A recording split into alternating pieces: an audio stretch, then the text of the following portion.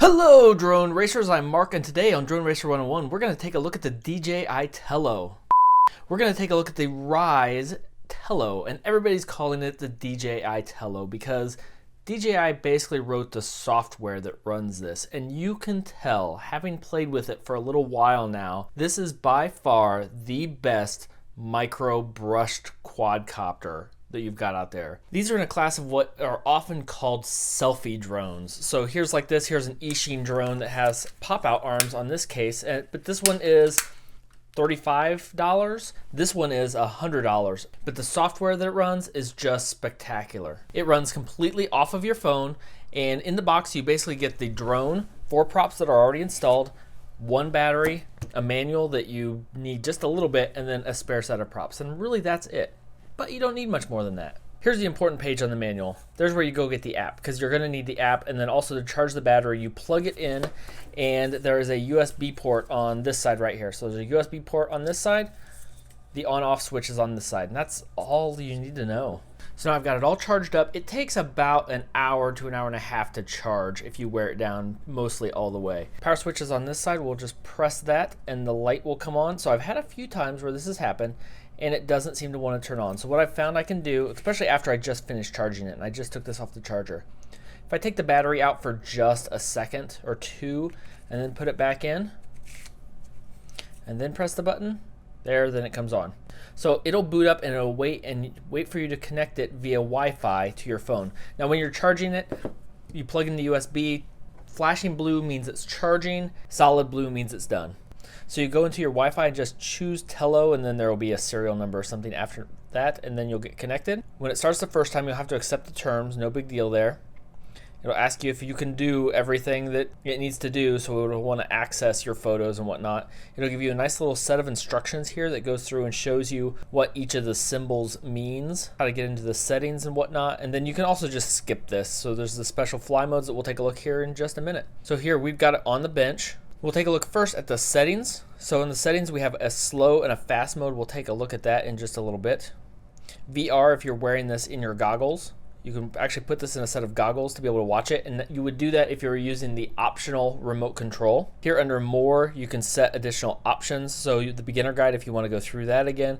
Measurement system for metric or imperial, photo quality. The warnings, you can adjust the camera EV just a little bit and the bit rate. So on the second tab is where you can update the firmware and check the IMU status and see what version's on it now. Here I've gone back and connected to my Wi-Fi, and I'll click update and download the firmware. So here it's going to download the firmware, and then I've got to connect it back to the aircraft again. So here's what's happened to me a couple times. It says it's already on the latest firmware, so it doesn't seem to be very good about knowing if it needs an update or not. So right here in the upper left hand corner you have the option to make it take off. We'll skip the advanced flight modes and come back to those in just a minute. Have the play button to show the videos and photos that you have recorded. This does not store an SD card. All the photos and videos are stored on your phone. Here with the camera, I'm in camera mode. I can also switch to video phone, and then you just click record and it will show you how long it's been recording. Switch to photos and take photos, and then here you can see where those are. So advanced flight modes, this is where it's really fun. Here for throw and go, what will happen is it'll start a countdown and it'll start spinning up the props, and according to the wording here, it sounds like you're supposed to throw it after the countdown is over. It says after the 5-second countdown. Well, that's not true. You do this, now while the motors are spinning during the countdown, you have to throw it. If you wait the 5 seconds, it turns off the props and it won't work. So you have to throw it during that 5 seconds. Here we have flips that will work, and these work. There's 8 directions that it will flip, so it'll flip sideways and front and back and diagonal at each 45-degree angle. So it'll do like forward and right or forward and left flip.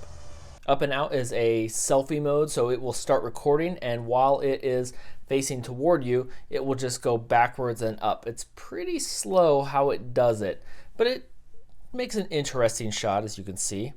360, it will just sit and spin. It'll do a 360 on itself without it moving.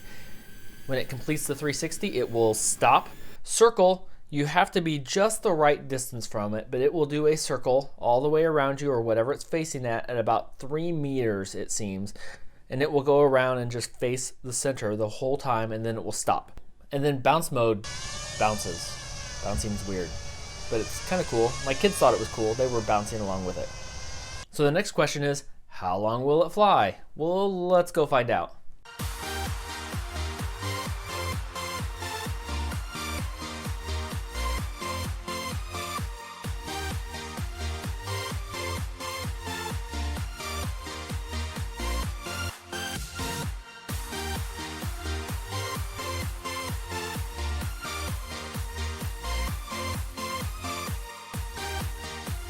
So it flies for a long time. That was a good long time. And the most impressive part over all the other selfie drones is I didn't touch it. It flew up a little bit higher, so it got off of camera, but I just made sure it was still in the air, and I did something else while it was hovering. I didn't have to center or correct or anything. The only drone I've had that was more stable in this test was the DJI Spark. It just didn't move at all. This did wander just a little bit, and it yawed just a little bit, but not much. Not much at all. When people complain about drift, they expect drones to just sit there when they take off. Completely unrealistic for most drones. This does it. So this is one of the reasons I think this will be a really good option for a lot of people, because you take off and it will just sit there. Kids can fly this because it will just sit there. Anybody can grab this and it will just sit there and just do whatever you tell it to.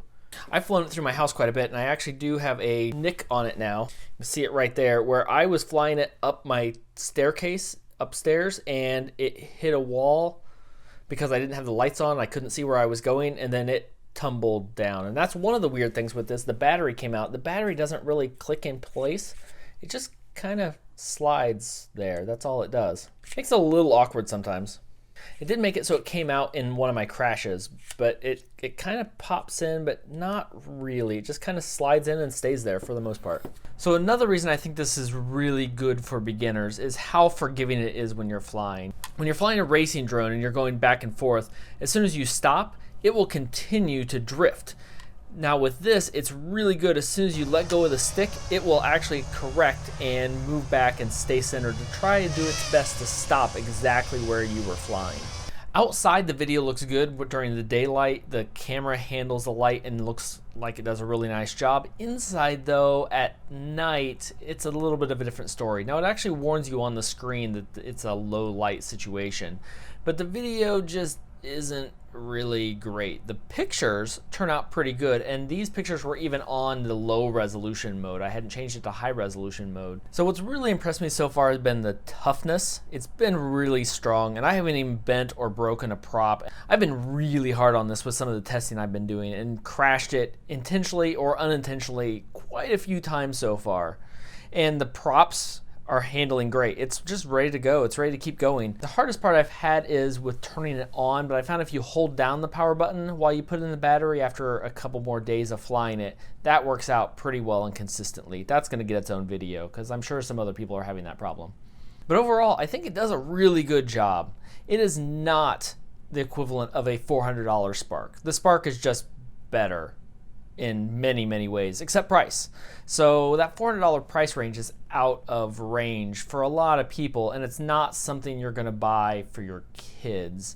This at $100 might still be out of that price range, but it's at least reasonable. Is it worth 3 times or double the price of the other selfie drones out there? Well, it kind of depends. If you're just buying one of those as a toy, something to play with and fly around and have a little fun with, no, it's not. But if you want something you can actually take reasonably decent pictures with, yeah, then this is well worth it because it will hold itself in place and just fly much better and easier than those others. And you can actually use it to take selfies. And then some of its autonomous flight modes are actually handy. The fact that it will do a 360 spin. If you want to fly it up into some type of terrain in a building and have it do a 360, you could do that. If you want it to fly a 360 circle around you, this will do that. Those other drones won't do that for the most part for their price. That's what DJI really has brought to this with the software that they've put into it. So I think most of those cheaper drones, people will fly for a few times and then they'll put it away. It's like, oh, that was fun. This is something you might actually use longer. And if you do, it's probably a stepping stone into something like a Spark or a DJI Mavic Air or Pro. So if you found this useful, leave a like and a comment down below and let me know, do you think it's worth $100? It doesn't have GPS, but it really is an autonomous drone much more than some of the others. So until next time, remember, if it loses power, you lose the video. I know this because I got some great shots of my cat up on the balcony and he was not having it. He reached out and knocked it right out of the air, so I lost the video of him doing that, which would have been a great intro.